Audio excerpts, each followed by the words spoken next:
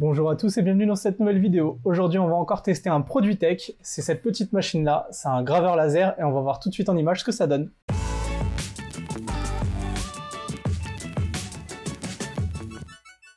Donc comme je vous le disais dans l'introduction de cette vidéo, aujourd'hui on va tester cette petite graveuse laser.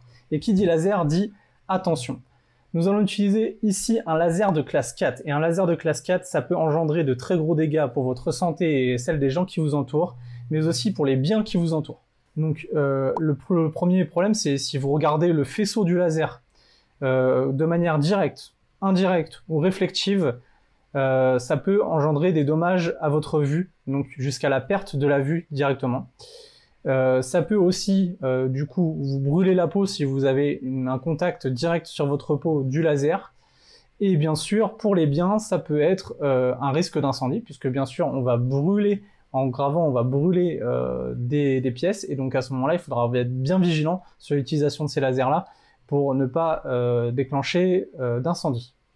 Voilà, j'espère que cet avertissement, vous l'aurez bien entendu. En tout cas, c'est une machine pas ordinaire, hein. On utilise un laser, donc faites bien attention à son utilisation. Allez, on passe maintenant au contenu du produit, et on va le tester juste après. Donc, au déballage de la machine, qu'est-ce qu'on trouve dans le carton? Eh bien, tout simplement, déjà, en premier, on retrouve la machine, donc que voici. Donc c'est du plastique pour la plupart du temps, avec un tout petit peu d'aluminium à l'intérieur. Voilà, donc moi je l'ai choisi en noir, elle existe en 3 coloris, en violet et en rose pâle, je crois, ou un peu doré. Sur le dessus, on a un contrôle panel pour régler l'origine si elle se dérègle, mais normalement à chaque démarrage de la machine, elle se règle. Voilà, à l'intérieur de la machine, on retrouve bien sûr un axe X et un axe Y avec des tout petits moteurs. Ça bouge un petit peu, mais c'est pas gênant pour ce qu'on veut faire avec. La carte de contrôle et le module laser de 3 watts ici, avec ici une roue dentée qui va permettre de régler la focale. Ici, on retrouve un port USB-A et le port d'alimentation. La vitre devant est fournie séparément, enfin elle est dans le carton, mais elle n'est pas montée, donc c'est à vous de la monter. Il y a 4 petites vis fournies. Moi, le problème que j'ai eu, c'est que les écrous, je vais le dire clairement, c'était de la merde, ils étaient tous foirés, donc j'ai dû changer les écrous et mettre des écrous que j'avais, donc des écrous en M3, et ça fonctionnait très bien après avec mes écrous, donc je pense que j'ai eu un petit problème sur ces écrous-là. Donc voilà, la vitre de protection qui est très importante à mettre puisque c'est elle qui va protéger vos yeux quand vous allez contrôler le faisceau laser, mais ça on va voir juste après. En tout cas elle est obligatoire et pour moi-même il en manque sur les côtés, c'est pas fourni avec, mais je pense qu'il pourrait faire un effort et les fournir et les mettre sur les côtés. En plus de ça, dans le packaging, bien sûr, on a un câble USB vers USB-A pour vous brancher à votre ordinateur. Un transformateur donc pour alimenter la machine en 12 volts 2 ampères. Une clé USB qui va être très importante puisque sur cette clé USB vous allez trouver les drivers pour votre ordinateur. Donc que ça soit Windows de 97 jusqu'à Windows 10 et aussi des drivers pour Mac. Donc pour ceux qui utilisent Mac, normalement cette machine est utilisable. En plus de ça, on va trouver aussi le logiciel qui va nous permettre de graver, donc d'utiliser la machine pour graver nos matériaux, et quelques exemples, voilà, des images bitmap pour lancer la machine rapidement et faire des tests. Nous avons aussi ce petit feutre noir, donc avec son effaceur au bout, et on verra juste après à quoi ça sert. Ici, nous avons 4 exemples, donc 2 morceaux de bois assez durs, assez denses, donc un rond, un carré. En bois, on a aussi ce contreplaqué de 2-3 mm et 2 morceaux de carton, je pense, un de 1 mm et un de 2 mm, ou 1 et 1,5, je dirais, voilà, ils sont pas de la même épaisseur, mais voilà, ils restent tout à fait assez fins. Et en plus de ça, nous avons cette petite carte noire qui va nous servir à régler la focale pour que le point d'impact du laser soit le plus petit possible pour avoir le meilleur résultat possible sur nos gravages. Donc on va reparler de la machine. Donc la machine elle est faite, comme je vous l'ai dit, en ABS et en alliage d'aluminium pour quelques petites parties à l'intérieur, en l'occurrence sur les chariots. La zone de travail, la zone de gravage, elle est de 80 par 80, mais je dirais même plutôt 75 par 75 après avoir fait plusieurs tests. Le laser qui est utilisé là, donc c'est comme je vous le disais en introduction, c'est un laser de classe 4, donc faites vraiment attention quand vous utilisez ce produit, et sa longueur d'onde est comprise entre 400 et 450 nanomètres. Vous allez pouvoir l'utiliser si vous êtes en Angleterre, par exemple sur un réseau 110 volts, en choisissant le bon transformateur quand vous la commandez. Et la machine pèse 670 grammes, donc ça reste vachement léger.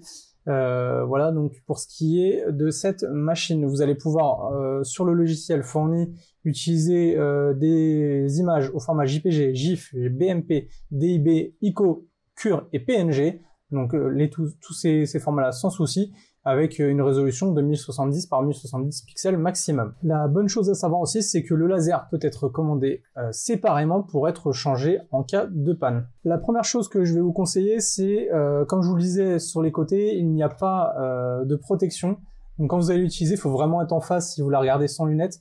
Moi, ce que j'ai fait, c'est que j'ai acheté directement des lunettes sur Amazon, donc des lunettes protectives enfin voilà, pour les lasers, donc c'est des lunettes vertes, et ces lunettes sont certifiées NF et CE et correspondent à la protection des yeux pour la longueur d'onde de 400 à 450 nanomètres sans problème. Donc moi c'est un achat, voilà, ça m'a coûté je crois 17 €, mais la vue c'est hyper important, donc on va pas gâcher ça tout de suite.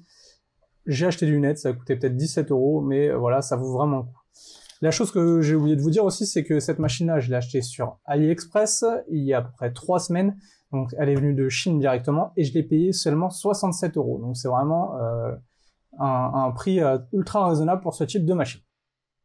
Donc à ce moment-là, on va pouvoir passer à la première mise en route de la machine et la découverte des logiciels et ce qu'il y a sur la clé USB. Donc la première étape un peu compliquée, ça va être de trouver le bon sens pour entrer cette clé USB. Comme d'habitude, ça rentre pas du premier coup. La magie. Ici, sur notre clé USB, on a quoi? On a un fichier Mac, donc avec les pilotes et les logiciels pour Mac, et un fichier Windows avec les pilotes et les logiciels pour Windows. Donc jusque-là, rien de bien compliqué. Machine opération vidéo, ce fichier, ce sont des vidéos de présentation de la machine, donc pour comprendre comment elle fonctionne. Donc c'est en chinois et en anglais, donc c'est pas top pour nous. Ici, on a un fichier Pictures dans lequel on a pas mal d'images pour commencer à graver et utiliser la machine très facilement, voilà, sans avoir à faire son propre fichier.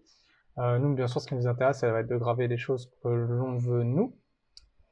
Donc, dans un premier temps, on va aller dans le fichier Windows et on va installer les drivers. Donc, en cliquant sur Driver. Moi, je risque d'avoir un petit message d'erreur parce que je les ai déjà installés, mais on va bien voir ce que ça donne. Donc là, on clique sur Install. Voilà, donc il me dit, il met un message d'erreur, mais ça, c'était prévu. Donc, vous attendez que ça soit, qu'il n'y ait pas de message d'erreur, vous faites quitter après. Donc du coup, après, on va utiliser le fichier, donc dans Software version 2.4, on va utiliser le fichier Laser Framework 4. Donc le logiciel s'ouvre, donc c'est le logiciel d'utilisation pour graver nos supports. Donc ce logiciel-là, déjà, quand on le lance, bah, vous voyez, il est en chinois, donc c'est pas top top. Donc là, on va aller dans la petite roue dentée ici, et on va cliquer tout simplement sur English. On va pouvoir du coup brancher notre machine au secteur, hop, avec l'alimentation fournie. Hop, donc elle s'allume, on voit, vous n'allez pas le voir, mais je vous montrerai tout à l'heure sur les premiers tests, qu'il y a un tout petit point laser là-bas, et donc c'est ça qui va nous permettre de le régler. Et deuxième chose, on va brancher donc le port USB-A à l'ordinateur. Et là, c'est rentré du premier coup, donc ça fait quand même 1 sur 2, ce qui est pas mal. Donc on le branche à la machine, et l'ordinateur le reconnaît. Donc là, on va pouvoir commencer à cliquer sur Attach Device, donc le bouton ici, et donc il va reconnaître normalement la machine. Ce bruit, en fait, c'est tout simplement l'axe X et l'axe Y qui se déplacent en butée ici, et pour être sûr, comme il n'y a pas de capteur de fin de course, et bah, elle fait un mouvement de -80 et -80 en X et en Y, pour être sûr d'être embuté ici. Donc si vous n'êtes pas à l'opposé, et bah, ça va faire ce bruit, donc c'est les moteurs qui forcent, mais c'est normal, c'est leur méthode pour mettre la tête laser à l'origine en X0 et Y0. Donc ici, on a un bouton qui s'appelle Open the Picture, donc qui va nous permettre de choisir une image. Hop, donc on va choisir une image, voilà, donc par exemple cette image en couleur. Donc on va dire que c'est l'image qu'on veut graver. Donc on va faire ouvrir. Donc là, on a notre image ici, et on va pouvoir l'agrandir, la réduire, la déplacer, voilà, là où on veut. Donc vous voyez, vous entendez du moins que du coup la machine se déplace suivant ce que je fais pour me dire où est l'origine de ce fichier-là. Donc là, par exemple, on va la faire un peu plus... Oh, c'était bien ça. Voilà. Hop, ah non, je vais l'agrandir. Voilà. Donc on va la centrer. Voilà. Donc là, on a notre image en noir et blanc. On va en parler tout de suite après, pourquoi elle est en noir et blanc. Ici, on a le bouton, bien sûr, Start et le bouton Stop, donc pour lancer et arrêter l'impression en cas de problème. Enfin, l'impression, le gravage, la gravure. Je sais pas comment vraiment on dit. Donc ici, on a les process. Donc là, on est bien sûr en noir et blanc, black and white. Donc ça va brûler toutes les zones qui sont en noir, et les zones blanches, ça va rien faire. Donc là, c'est vraiment l'image, il l'a transformée en noir et blanc. Discrete engraving, ça va être en ton de gris en fait. Ça a pu être noir et blanc, ça va être en ton de gris. Ça veut dire que les zones qui sont ici en grise, donc qui sont colorées dans l'image en plus clair que du noir et en plus foncé que du blanc, eh bien elles vont être gravées mais plus légèrement. Ça veut dire qu'on va voir une différence de teinte entre cette zone qui est grise et la zone qui est noire là sur notre support.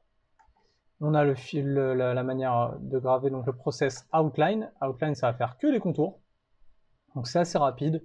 Mais voilà, donc on va voir que des contours. Et le dernier, ça va être sketch, donc ça va faire un peu comme en ton de gris, mais ça va faire un remplissage très rapide à l'intérieur et beaucoup plus léger. Donc nous, pour l'instant, on va le mettre en discrete engraving puisqu'on veut avoir les différentes teintes. Ici, la fonction laser power, donc laser power, c'est pour la puissance du laser, donc entre 0 et 100%. Et carving dips, c'est la profondeur de gravure, donc en pourcentage, donc plus ou moins profond, donc en fait le laser va rester plus ou moins longtemps sur la zone. Donc je vais vous filmer la machine, donc comme je vous disais tout à l'heure, on a le petit point ici, donc on va devoir le régler, attendez, il y a des reflets, hop, on va devoir le régler juste après pour avoir un point le plus fin possible, même si là il est déjà vraiment pas mal. Donc si vous regardez sur l'écran, si je fais Preview Position, eh bien ce petit laser va bouger pour former la zone de gravure. Donc en fait, ma zone de gravure sera ici. Bien sûr, je vais pas le faire là, puisque là c'est ma table en dessous. Et si on reclique sur Preview Position, il va arrêter de faire ça. Au niveau ici, donc Reset Coordinate, ça va être pour remettre à zéro les coordonnées de la machine. Donc il va remettre le fichier à zéro ici. Ici, on a la largeur et la hauteur du fichier. Et log the aspect ratio, c'est si on veut garder le ratio hauteur-largeur, ou si on veut le modifier pour que le fichier soit plus large, moins large, etc. Ici, on a un bouton qui va nous permettre de faire un miroir, donc gauche-droite. Et ici, on va pouvoir faire des rotations à 90 degrés. Là, on va pouvoir inverser la couleur, donc le noir et blanc, hop, donc ce qui était en blanc, on va passer en noir, ce qui va passer en noir, va passer en blanc, donc ça veut dire que on va graver toujours les zones qui sont en noir ou en gris. Tout ce qui est en blanc ne sera pas gravé. Donc là, attention, on va graver tout l'extérieur. La poubelle, c'est pour supprimer le fichier. Ici, on peut rajouter du texte. Voilà, abonnez-vous. Bon, ça marche pas. Enfin, ça marche pas très bien, mais bon, on peut mettre un texte et ça gravera ce texte-là aussi. Ça, ce bouton-là, c'est tout simplement pour transformer les millimètres en inch ou les inches en millimètres en bas à droite. Ici pour sauvegarder, et ici quelques paramètres, par exemple les langues, ou ici des paramètres qui sont écrits en chinois, donc je ne pourrais pas vous dire ce que c'est, mais ça fonctionne très bien avec ces paramètres-là, donc on va pas y toucher. Donc comme je vous le disais tout à l'heure, la première étape, ça va être d'utiliser ce petit carton noir pour donc le mettre sur notre support, pour régler le petit laser. Donc déjà on va éviter, normalement le laser est très faible ici, donc on risque pas de se brûler, mais on va quand même éviter de passer le doigt dedans. Donc on va mettre notre support à graver en dessous. Donc moi je vais commencer par exemple sur cette petite plaque en bois. Voilà. Donc on va refaire Preview pour voir si elle est bien au bon endroit. Donc en fait, il faut vérifier que la zone de gravure ne dépasse pas de la zone que l'on veut.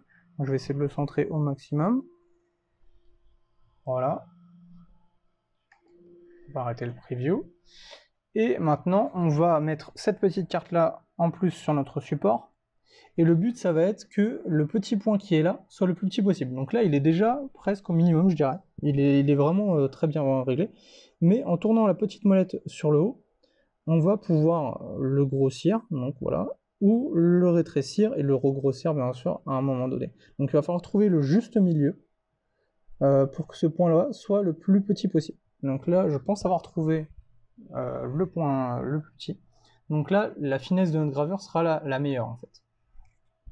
Donc, arrive à ce moment-là, on va pouvoir lancer la gravure. Donc, on n'oublie pas de mettre les lunettes, comme je vous avais dit, et on va voir du coup ce que ça donne tout de suite. On va prendre un petit peu de recul. Voilà.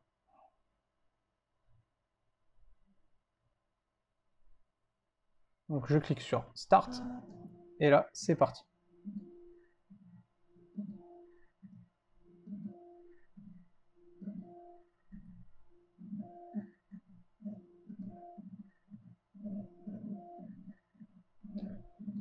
Alors, je vous montre sur le côté. Donc ça, c'est pas moi qui regarde, hein, c'est l'écran. Donc hop, j'ai mis mon téléphone sur le côté et on voit, du coup, ça commence à graver notre pièce. Alors c'est plutôt rapide, on est déjà à 10%. Alors attention parce que du coup, les pourcentages qui sont donnés sont pas forcément très bons puisque c'est 10% de l'image totale, mais ça mettra plus de temps, bien sûr, quand il y a plus de choses à graver. Donc là, on est en train de graver du bois de 3 mm, du contreplaqué.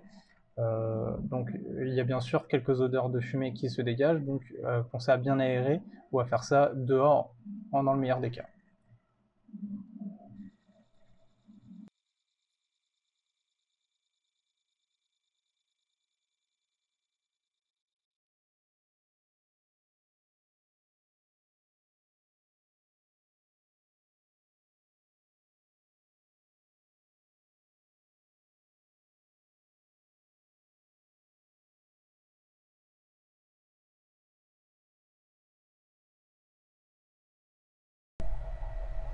Voilà, donc notre gravure est terminée, on va voir ce que ça donne tout de suite.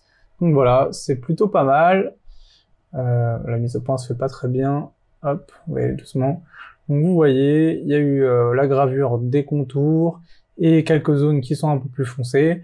Donc là, ce qu'on aurait très bien pu faire, c'est de laisser à la place où était ce petit bout de bois, sans le bouger, pour refaire une seconde passe si la gravure ne nous contentait pas. Voilà, donc si par exemple on trouvait que c'était pas assez gravé, ou que des endroits où on voulait insister un petit peu plus, on pouvait très bien laisser la plaque à l'endroit où elle était et relancer la gravure une deuxième fois, soit en modifiant les paramètres de profondeur de gravure, soit en modifiant la puissance du laser. Donc là, on aurait fait une ou plusieurs passes. Et ça, c'est une des fonctions qui est bien pratique, c'est quand on veut faire de la découpe. Donc là, sur les découpes de bois, je pense qu'il va falloir faire vraiment beaucoup de passes, et je suis même pas sûr d'arriver à découper ce genre de bois, enfin cette épaisseur de bois en faisant de nombreuses passes. Par contre, pour du carton, vous pouvez très bien lancer une gravure, regarder un peu de loin, voir si tout s'est bien détaché, et sans prendre de risque, de relancer 2-3 fois le fichier pour que tous les contours, par exemple, soient bien découpés et que vous ayez une découpe. Donc par exemple, je crois que j'en ai une là, voilà. Donc j'avais fait le test sur du papier canson, et donc vous voyez, là j'ai lancé 2 fois le fichier. Donc la première fois, ça avait déjà enlevé pas mal de contours, ça avait bien découpé, mais pas assez. Donc j'ai laissé le papier où il était, et j'ai repassé une deuxième fois, donc j'ai relancé une deuxième fois le fichier. Et cette fois-ci, eh bien, tous les morceaux que je voulais se sont bien découpés, et je n'avais plus qu'à récupérer mon fichier découpé. Donc là, c'est une petite feuille de canson qui doit faire 0,5 mm. Et donc voilà, on a quelque chose de sympathique puisque on a une découpe. On peut très bien imaginer faire pas mal de découpes de papier avec cette machine. Donc pour continuer sur le sujet de cette imprimante, on avait ce feutre là au début quand on a ouvert notre machine. Et pour comprendre à quoi ça sert, et ben, ça va être très simple, puisqu'on va pouvoir graver ou du moins découper du plastique transparent. et des choses très claires. Donc par exemple, quand vous avez un plastique très clair, pour pouvoir le graver, il va falloir mettre ce petit marqueur noir pour que l'énergie du laser puisse être absorbée par la couleur noire du feutre et que ça puisse faire fondre derrière votre support.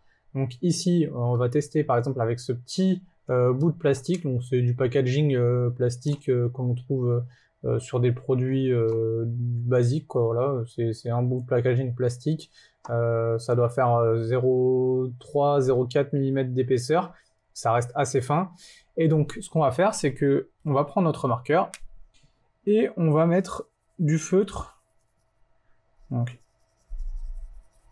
tout là, on va vouloir que la gravure se fasse.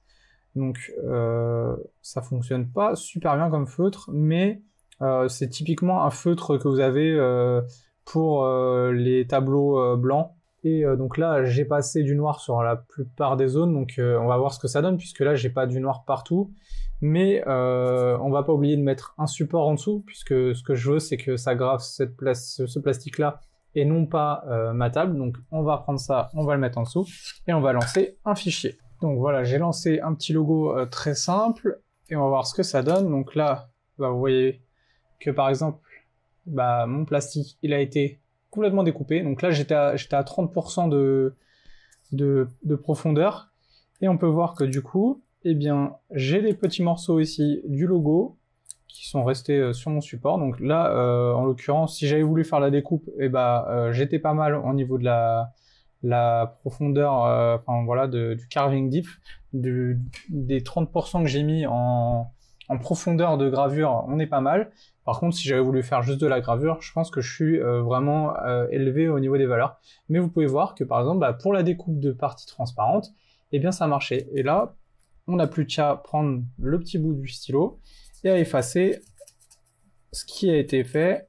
Et on peut voir que on retrouve en grosse partie la transparence de notre plastique. Donc les côtés restent vraiment très noirs, mais je pense qu'avec un peu de nettoyage, eh ben, on peut arriver à faire quelque chose. Donc là, on peut graver ou faire de la découpe dans des petits supports plastiques transparents comme ça, ou dans des parties très blanches. Voilà, donc par exemple un plastique qui va être blanc. Bien sûr, vous voyez, hein, voilà, là pareil, j'ai pas mal de zones noires. C'est les résidus du stylo, mais je pense qu'avec un peu de nettoyage et des produits détergents, on peut arriver à quelque chose de sympathique.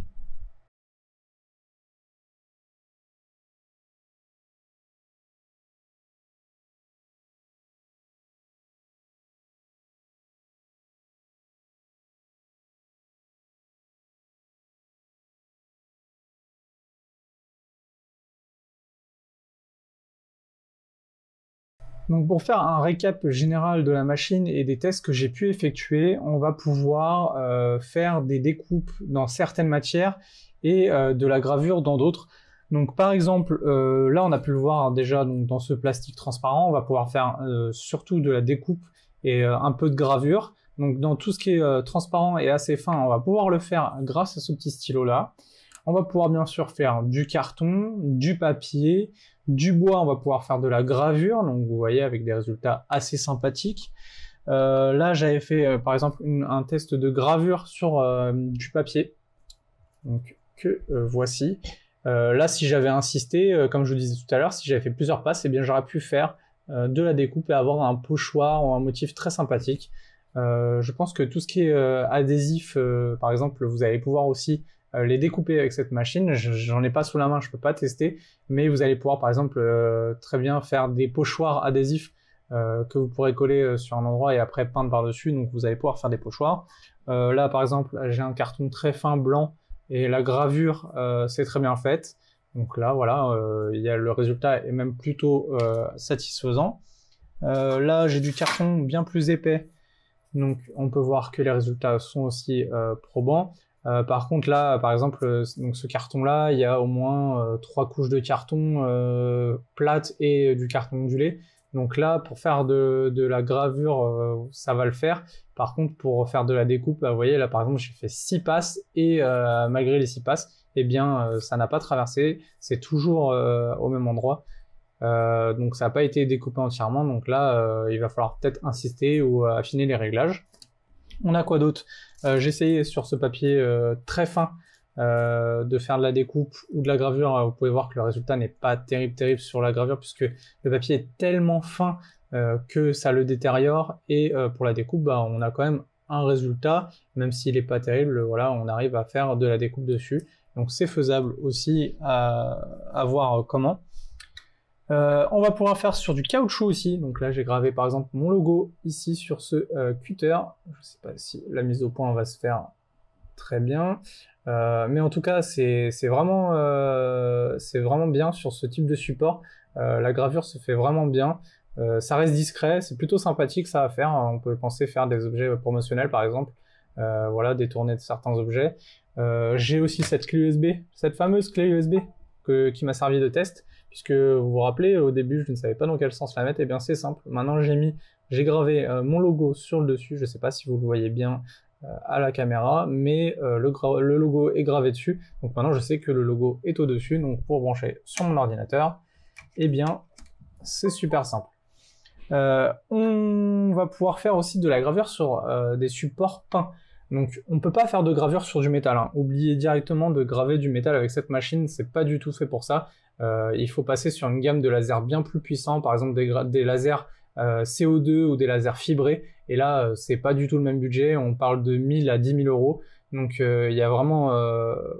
voilà, c'est pas la machine faite pour ça. Mais par exemple, voilà, j'ai pris un couvercle de petits pots en verre qu'il y avait dans ma cuisine. Et donc il y a un revêtement peint sur ce couvercle.